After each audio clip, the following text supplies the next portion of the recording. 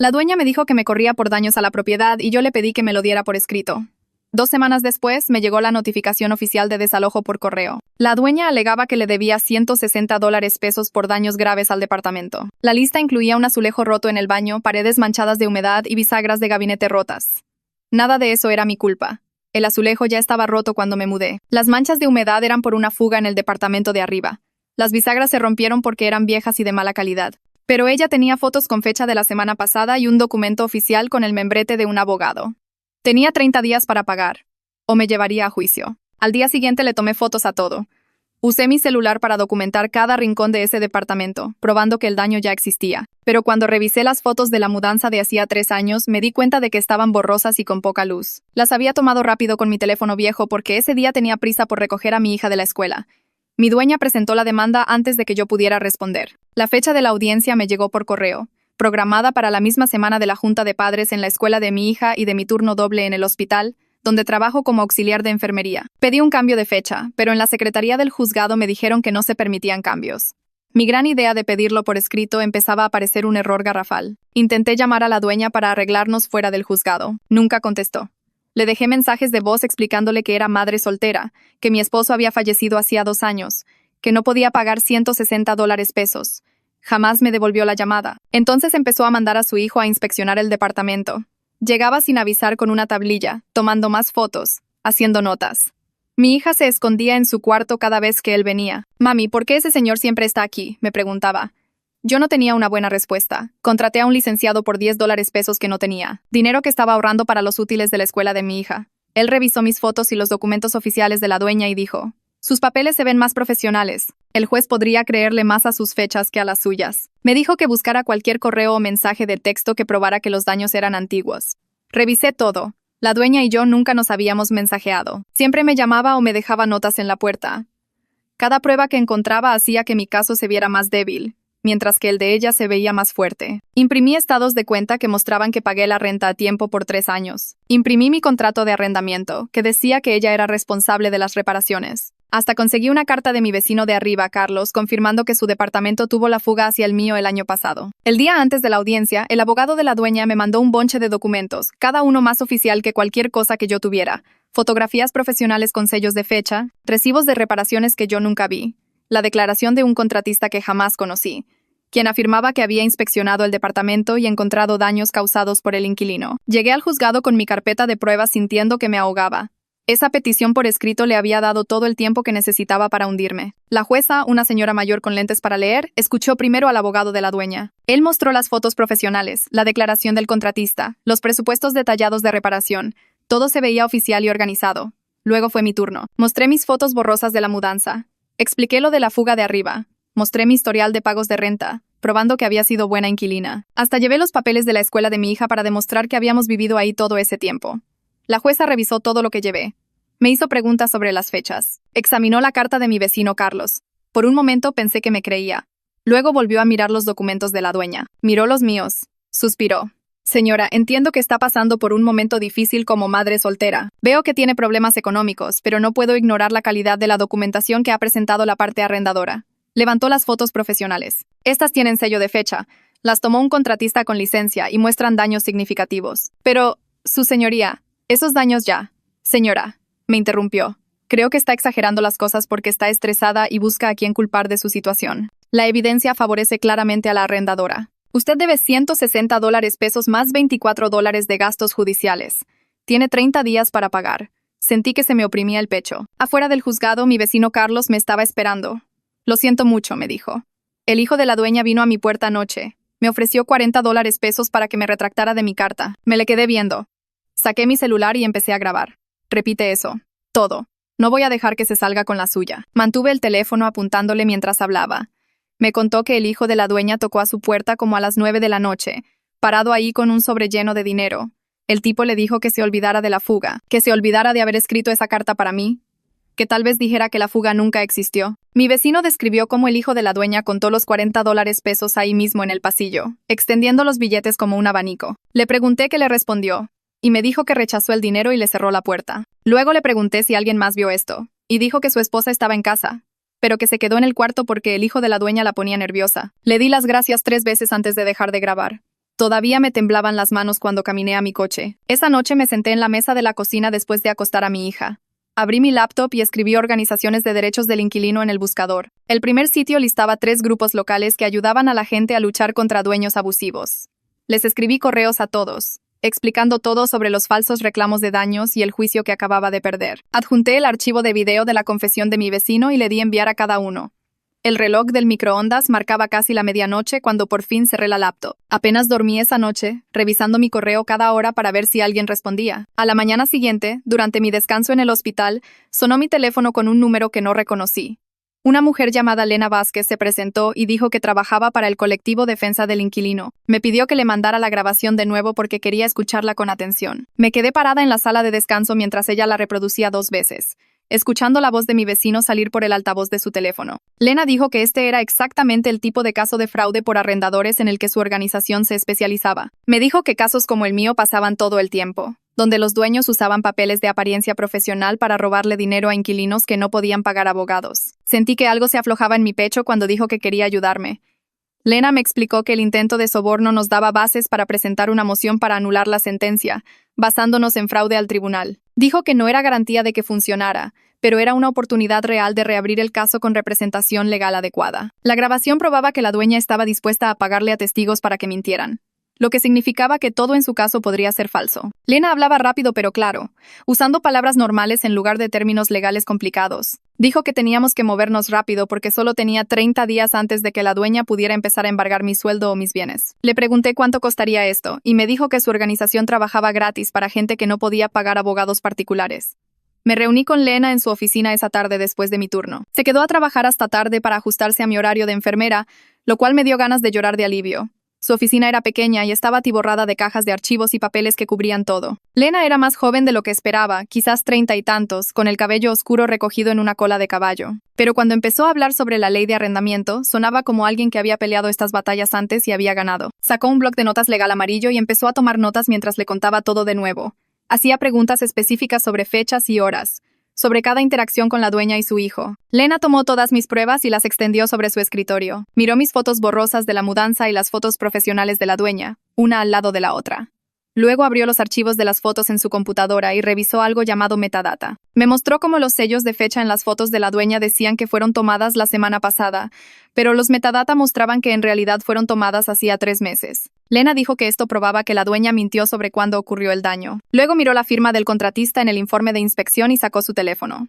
Buscó el nombre del contratista en línea y encontró su firma real en el sitio web de su negocio. No coincidían en absoluto. Pasamos 2 horas organizando todo en un expediente legal formal.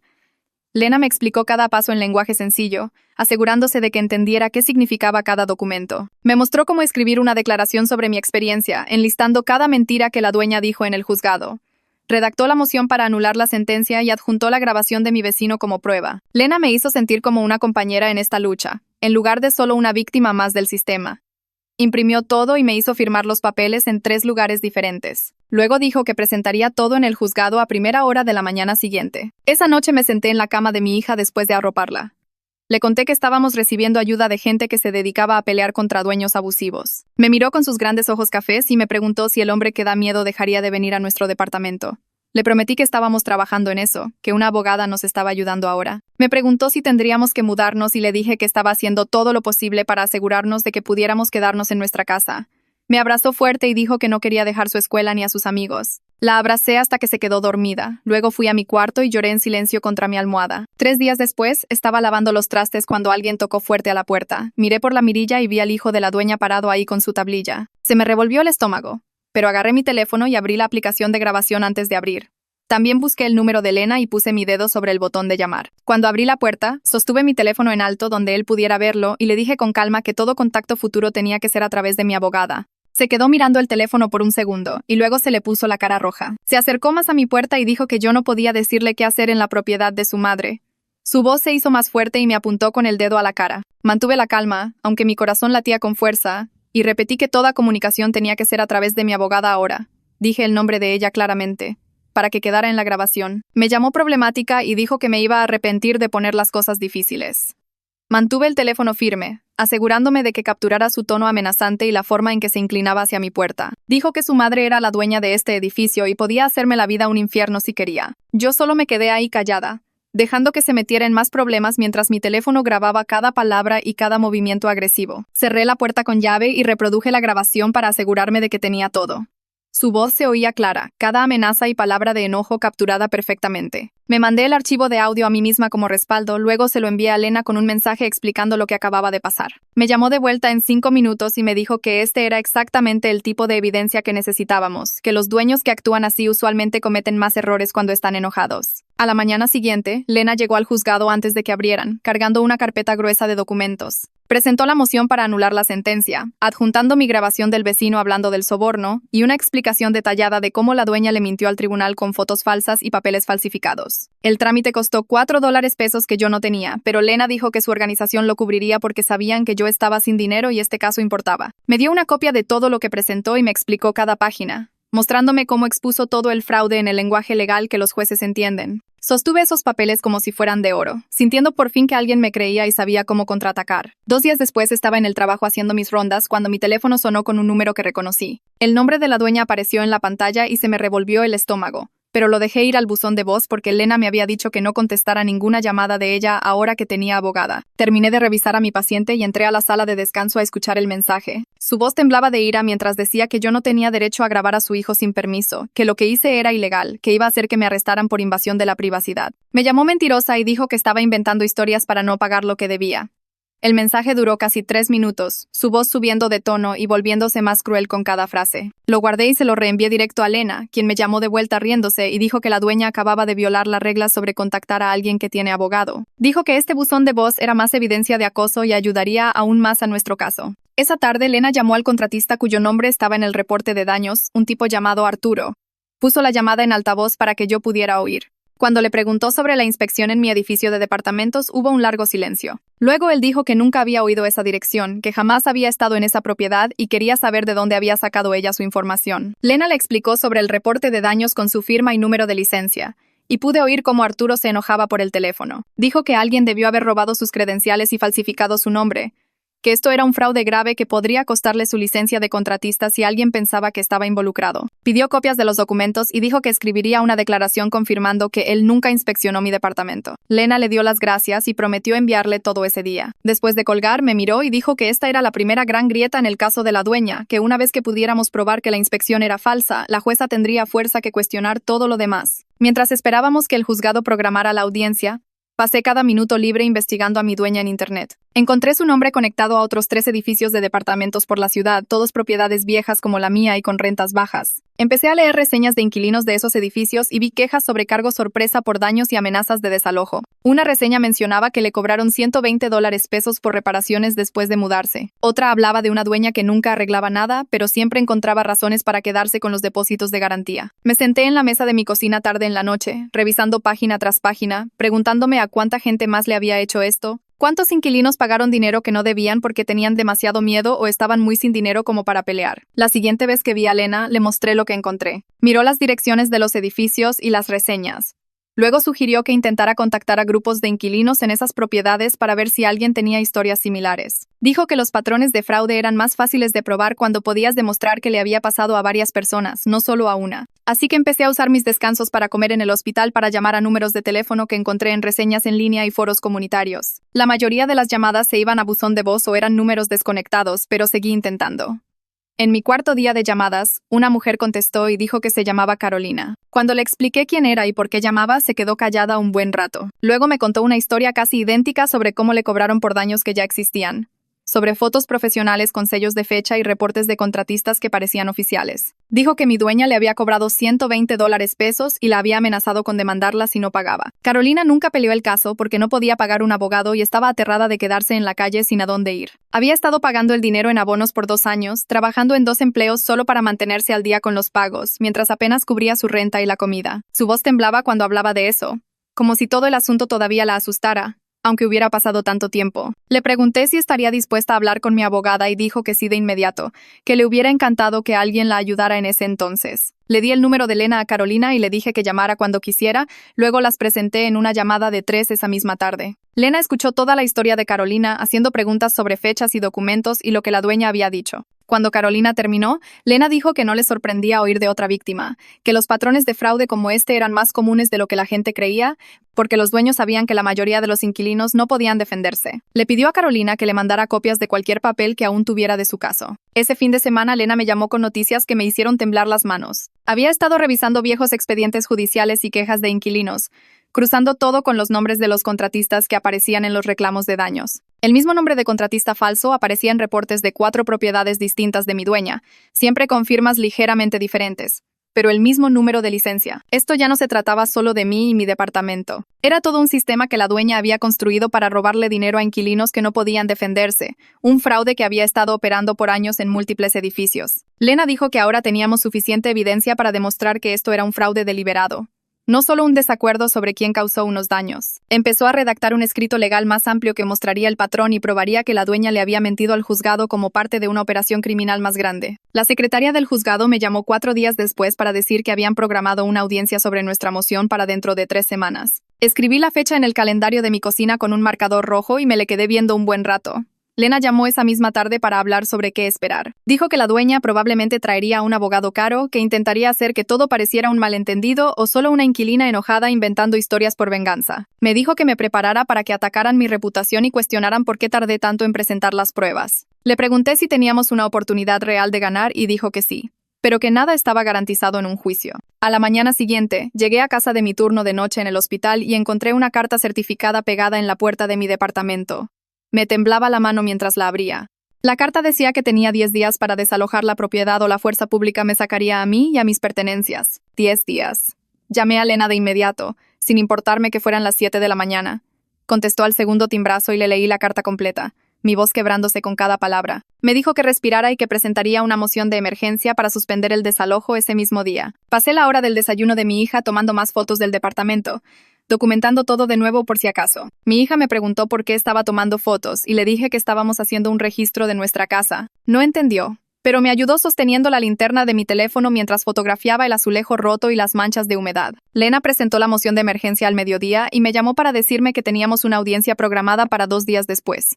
2 días se sentían como una eternidad y al mismo tiempo como nada. Pedí el día libre en el trabajo y mi supervisora me puso peros, hasta que le expliqué que estaba peleando un desalojo ilegal. La audiencia de emergencia fue un miércoles por la mañana. Me senté en la sala con Lena mientras el abogado de la dueña argumentaba que el desalojo era legítimo y que mi moción era solo una táctica para ganar tiempo. La jueza, una diferente a la anterior, parecía cansada y escéptica. Miraba su reloj como si tuviera que estar en otro lado. Entonces Lena puso la grabación de mi vecino describiendo el intento de soborno. La jueza dejó de mirar su reloj y se inclinó hacia adelante. Lena también presentó la declaración firmada de Arturo, diciendo que él nunca inspeccionó mi departamento y que alguien falsificó sus credenciales. El abogado de la dueña intentó argumentar que solo eran acusaciones sin pruebas, pero la jueza lo interrumpió. Dijo que la evidencia era lo suficientemente seria como para justificar una investigación completa y que iba a pausar el desalojo hasta que las acusaciones de fraude pudieran ser examinadas adecuadamente. Sentí que algo en mi pecho se aflojaba por primera vez en semanas.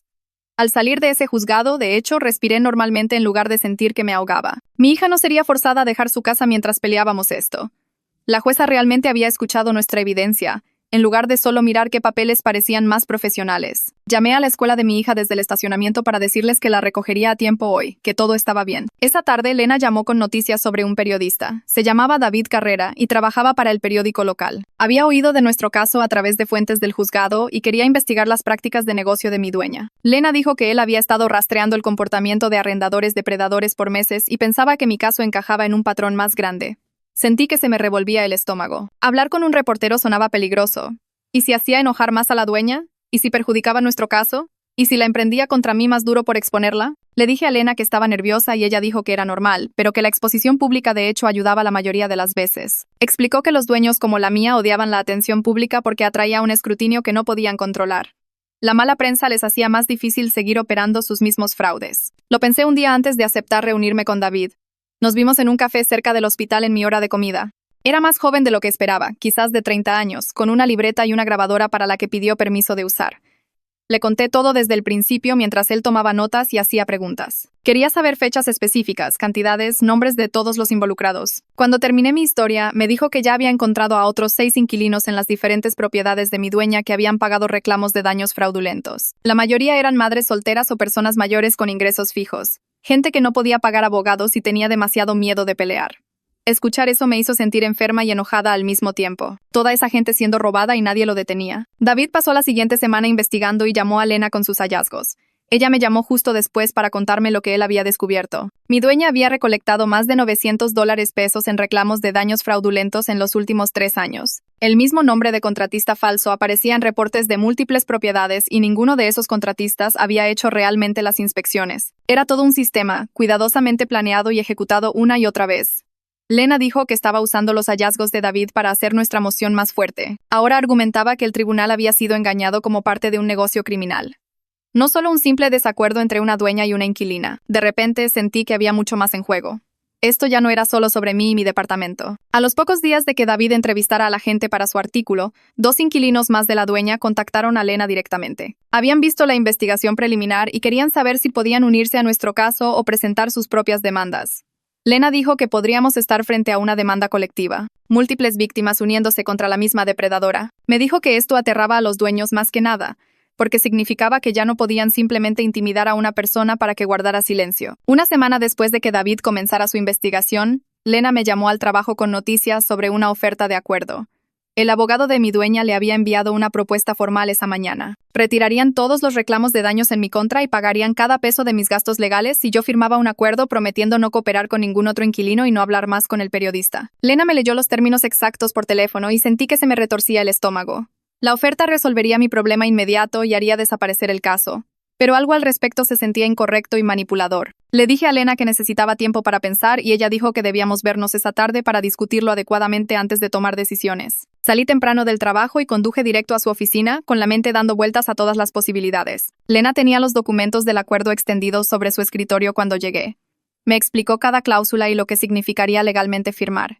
Yo recuperaría mi vida y evitaría el estrés de una audiencia, pero también estaría aceptando nunca ayudar a Carolina ni a ninguna de las otras víctimas que la dueña había estafado. El acuerdo incluía una cláusula de confidencialidad estricta que me impediría compartir mi historia con nadie o ayudar en cualquier acción legal futura contra la dueña. Lena dijo que la decisión era solo mía y que me apoyaría en lo que decidiera, pero quería que entendiera el panorama completo antes de firmar nada. Me senté en su oficina casi 1 hora pensando en Carolina, trabajando 2 empleos para pagar dinero que nunca debió. Pensé en los otros 6 inquilinos que David había encontrado que pagaron reclamos fraudulentos porque tenían demasiado miedo o estaban muy sin dinero como para pelear. Pensé en todos los futuros inquilinos que se mudarían a los edificios de mi dueña sin saber que estaban entrando en una trampa. Me temblaban las manos cuando le dije a Lena que quería rechazar la oferta y llevar este caso hasta el final. Ella sonrió y dijo que estaba orgullosa de mí, pero quería asegurarse de que entendía los riesgos. Seguir adelante significaba enfrentar a mi dueña en el juzgado de nuevo, soportar más estrés e incertidumbre y posiblemente perder si la jueza no creía nuestra evidencia. Le dije que entendía todo eso, pero que no podía aceptar dinero para callarme mientras otras personas sufrían. Lena pasó los siguientes 3 días preparando un escrito legal ampliado que incluía evidencia del patrón de fraude en múltiples propiedades. Adjuntó la declaración jurada de Arturo sobre sus credenciales robadas, declaraciones de Carolina y otras 2 víctimas,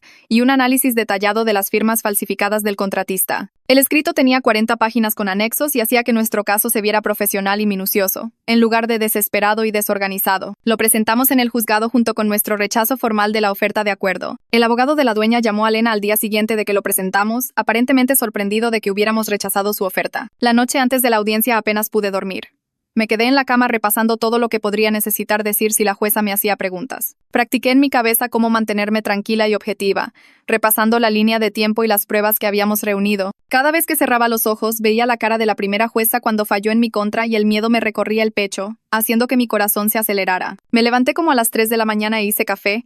Luego me senté en la mesa de la cocina a revisar mi carpeta de documentos una vez más. Mi hija me encontró ahí cuando se despertó para ir a la escuela. Notó que estaba estresada y preocupada. Así que pasó la mañana haciéndome una tarjeta con sus crayones. Tenía un corazón grande en medio y decía, eres la mejor mamá con su letra cuidadosa, con corazones más pequeños dibujados por todos lados. Puse esa tarjeta justo en mi carpeta de pruebas para verla durante la audiencia y recordar exactamente por qué estaba luchando tanto. La audiencia comenzó a las 9 de la mañana y duró 3 horas completas. Mi dueña trajo al mismo abogado caro que nos había ofrecido el acuerdo. Él se levantó primero e intentó que desechara nuestro escrito ampliado, argumentando que estábamos trayendo información irrelevante sobre otras propiedades para predisponer a la jueza contra su clienta. Lena se levantó y explicó con calma que el patrón de fraude era directamente relevante porque probaba que el reclamo de daños en mi contra era parte de un esquema sistemático, no una disputa honesta. La jueza aceptó nuestro escrito y le dijo al abogado de la dueña que procediera con su defensa. Él pasó la siguiente hora tratando de desacreditar todo lo que habíamos presentado.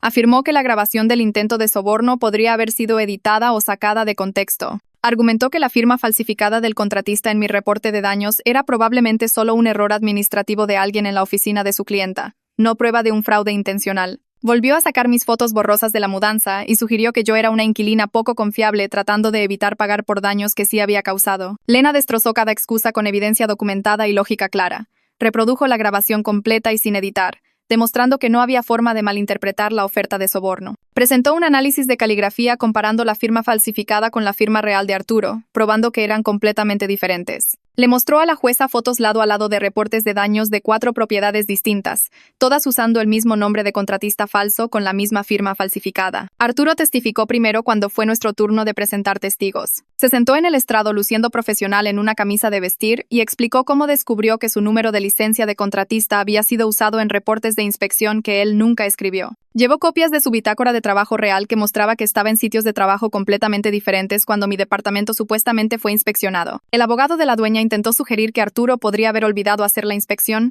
pero Arturo se mantuvo tranquilo y señaló que él mantiene registros detallados de cada trabajo y mi dirección nunca apareció en sus archivos. Carolina testificó después sobre su experiencia idéntica en un edificio diferente propiedad de mi dueña. Describió cómo le cobraron $120 por daños preexistentes con las mismas fotos profesionales y falsos reportes de contratistas. Explicó cómo pagó el dinero porque tenía miedo de quedarse en la calle y no sabía que tenía derechos para pelear. Su voz temblaba cuando hablaba de cómo seguía batallando financieramente 2 años después por culpa de ese cargo fraudulento. Mi vecino Carlos testificó después de Carolina y le contó a la jueza sobre la fuga de su departamento que causó el daño por humedad en el mío. Explicó cómo mi dueña nunca arregló bien la fuga y cómo su hijo le había ofrecido $40 para retractarse de su carta confirmando que la fuga existió. El abogado de la dueña intentó hacerlo ver como un testigo poco confiable con rencor, pero mi vecino se mantuvo firme y repitió su historia exactamente igual cada vez. Cuando fue mi turno de testificar, caminé al estrado sintiendo que las piernas me iban a fallar. Lena me hizo preguntas sobre ser inquilina por 3 años, y le conté a la jueza sobre mi historial perfecto de pagos de renta y cómo siempre había reportado los problemas de inmediato. Hablé de la muerte de mi esposo hacía 2 años y de trabajar turnos dobles en el hospital para mantener a mi hija. Expliqué el terror de enfrentar el quedarme en la calle por daños que no causé,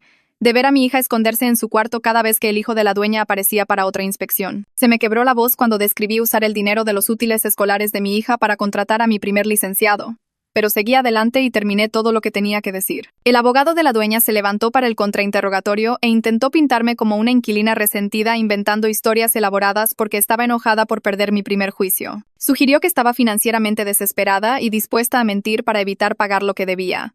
Insinuó que yo había entrenado a los otros testigos y manipulado la evidencia para crear una narrativa falsa. Entonces Lena se levantó y pidió reproducir una última prueba. Sacó su laptop y puso la grabación que yo había hecho durante una de las inspecciones del hijo de la dueña, la de donde él me había amenazado. Su voz retumbó en la sala del juzgado diciéndome que me arrepentiría de pelear contra su madre, que ella tenía abogados y dinero y me destruiría en el juzgado. La expresión de la jueza cambió por completo mientras escuchaba la grabación. Sus labios se apretaron en una línea delgada y sus ojos se entrecerraron, y miró a la dueña y a su abogado con una expresión que llenó mi pecho de esperanza por primera vez en meses. La jueza se quitó los lentes, los puso en el estrado y miró directamente a mi dueña con una expresión que nunca había visto en un juez. Anunció un receso de 15 minutos para revisar toda la evidencia y salió de la sala por la puerta detrás de ella. Salí al pasillo con piernas que sentía que me iban a fallar en cualquier segundo.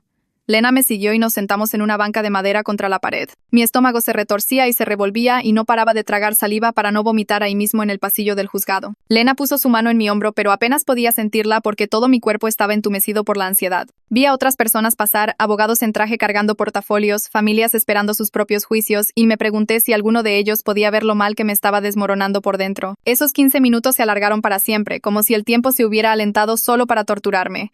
Revisé mi teléfono cada 30 segundos, aunque sabía que no haría que el tiempo pasara más rápido. Mis manos temblaban tanto que casi se me cae el teléfono 2 veces. Lena intentó hacer plática sobre lo bien que había ido la audiencia, pero no podía concentrarme en sus palabras porque mi cerebro seguía repitiendo cada momento del testimonio, preguntándome si habría sido suficiente. Finalmente, el oficial de sala salió y nos dijo que la jueza estaba lista.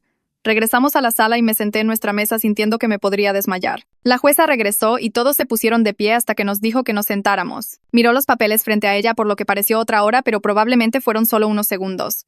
Entonces empezó a hablar y su voz era firme y clara. Dijo que estaba anulando la sentencia original porque la evidencia mostraba claramente un fraude al tribunal a través de documentos falsificados y manipulación de testigos. Mi cerebro tardó un segundo en procesar lo que acababa de decir. Estaba anulándola. Me creyó. El abogado de la dueña se levantó e intentó objetar, pero la jueza levantó la mano y le dijo que se sentara. Dijo que la firma falsificada del contratista, el intento de soborno grabado y el patrón de reclamos idénticos en múltiples propiedades apuntaban a un esquema de fraude sistemático. Dijo que mi dueña había engañado al tribunal con pruebas falsas y que esa era una de las violaciones más graves que una parte podía cometer en un proceso legal. Luego dijo que le ordenaba a mi dueña pagar mis gastos legales y costos judiciales, por un total de $70. El número me golpeó como algo físico porque era dinero real que de verdad me ayudaría a recuperarme de todo esto. Pero la jueza aún no terminaba. Dijo que estaba remitiendo el caso a la Fiscalía General para una posible investigación penal por el esquema de fraude. Investigación penal. Mi dueña podría enfrentar cargos criminales. La cara de la dueña se puso roja y su abogado empezó a susurrarle urgentemente, pero ella negó con la cabeza y se levantó como si fuera a decir algo. La jueza le dijo que se sentara de inmediato o la declararía en desacato. Mi dueña se sentó. La jueza terminó diciendo que la sentencia original de $160 y los $24 en gastos judiciales quedaban completamente anulados y yo no debía nada. Golpeó su mazo y dijo que se cerraba la sesión. Me quedé sentada un segundo sin poder creer que se había acabado y que de verdad había ganado. Entonces Lena me tomó del brazo y salimos juntas de la sala. En cuanto llegamos al pasillo, empecé a llorar, pero esta vez las lágrimas se sentían completamente diferentes a todas las veces que había llorado en los últimos meses. Eran lágrimas de alivio, tan fuertes que sentí que todo mi cuerpo liberaba meses de tensión de golpe. Lena me abrazó ahí mismo en el pasillo del juzgado y yo la abracé de vuelta con todas mis fuerzas. Me dijo que fui increíblemente valiente por seguir peleando cuando la mayoría se habría rendido e intenté darle las gracias, pero estaba llorando tanto que no podía articular bien las palabras. Nos quedamos ahí unos minutos mientras me recuperaba. Mi dueña pasó junto a nosotras con su abogado y su hijo, y me lanzó una mirada de puro odio. Pero ya no me importaba porque ya no podía hacerme daño. Me limpié la cara con la manga y respiré profundo, y sentí que de verdad podía respirar bien por primera vez en meses. La semana siguiente, el artículo de David salió en el periódico con el titular "Expuesto esquema de fraude de arrendadora local" en letras enormes en la parte de arriba. Compré 3 copias del periódico y leí el artículo una y otra vez. Detallaba todo el patrón de reclamos falsos de daños e incluía mi historia junto con la de Carolina y otras 2 víctimas que se habían presentado después de oír de nuestro caso. David había hecho un trabajo de investigación increíble rastreando las firmas falsas de los contratistas y entrevistando a inquilinos en todas las propiedades de mi dueña. El artículo explicaba cómo había recolectado más de $900 en reclamos fraudulentos durante 3 años, atacando a madres solteras y personas mayores con ingresos fijos que no podían defenderse. Leerlo impreso hizo que todo se sintiera aún más real y me sentí orgullosa de haberme negado a quedarme callada. 2 días después de que salió el artículo, Lena me llamó para decirme que la fiscalía había abierto una investigación oficial sobre las prácticas de negocio de mi dueña. 3 inquilinos más de sus otros edificios se habían presentado con historias similares después de leer el artículo y reconocer el mismo patrón de reportes falsos. La fiscalía lo estaba tratando como un caso mayor de fraude de vivienda ahora y querían entrevistarme como testigo. El caso estaba creciendo en algo mucho más grande que solo mi departamento y mis $160. Se estaba convirtiendo en proteger a todos los otros inquilinos que podrían haber sido víctimas en el futuro. Pero incluso habiendo ganado la batalla legal, me di cuenta de algo importante mientras estaba acostada esa noche mirando al techo. No podía seguir viviendo en un departamento propiedad de alguien que había intentado destruirme financieramente y me había amenazado en mi propia casa. Cada vez que caminara por ese edificio, recordaría a su hijo apareciendo con su tablilla y a mi hija escondiéndose en su cuarto. Ya no podía quedarme ahí, sin importar cuánto había luchado por conservarlo. Llamé a Lena a la mañana siguiente y le dije cómo me sentía. Entendió de inmediato y me habló de una organización sin fines de lucro que ayudaba a víctimas de fraude a encontrar vivienda segura y accesible. Dijo que me conectaría con ellos y me ayudaría en el proceso de mudanza. Tomó unas semanas arreglar todo con la organización, pero me encontraron un lugar en un mejor edificio de departamentos al otro lado de la ciudad. 6 semanas después de la audiencia, mi hija y yo nos mudamos a nuestro nuevo hogar. El departamento era más grande que el anterior y el edificio tenía un dueño honesto que sí arreglaba las cosas cuando se rompían y no aparecía sin avisar con amenazas. Mi hija escogió cuál sería su cuarto y pasamos todo el primer día acomodando muebles y colgando sus dibujos en las paredes. Parecía más feliz de lo que había estado en meses y me di cuenta de cuánto le había afectado también el estrés de la vieja situación. Empecé como voluntaria en el colectivo Defensa del Inquilino unas semanas después de instalarnos. Lena había mencionado que siempre necesitaban gente que hubiera pasado por el sistema para ayudar a otros inquilinos a entender sus derechos y yo quería usar lo que había aprendido. Cada martes por la tarde iba a su oficina y ayudaba a la gente a llenar formularios legales y les explicaba cómo documentar bien las pruebas y les decía que no estaban solos en la lucha. Conocí a otras madres solteras, personas mayores y familias jóvenes, todos lidiando con situaciones similares. Y compartía mi historia con ellos para darles esperanza. Saber que alzar la voz no solo había salvado mi hogar, sino que también había protegido a incontables futuros inquilinos del mismo abuso hizo que todo por lo que pasé valiera la pena. Mi dueña eventualmente enfrentó cargos criminales y la investigación de la fiscalía siguió creciendo a medida que más víctimas se presentaban, pero ya no me enfoqué en eso, porque estaba demasiado ocupada construyendo una nueva vida para mi hija y ayudando a otras personas a pelear sus propias batallas. Toda la experiencia me había enseñado que a veces lo que más miedo da es también lo correcto, y que pedir ayuda y negarse a quedarse callada puede cambiarlo todo.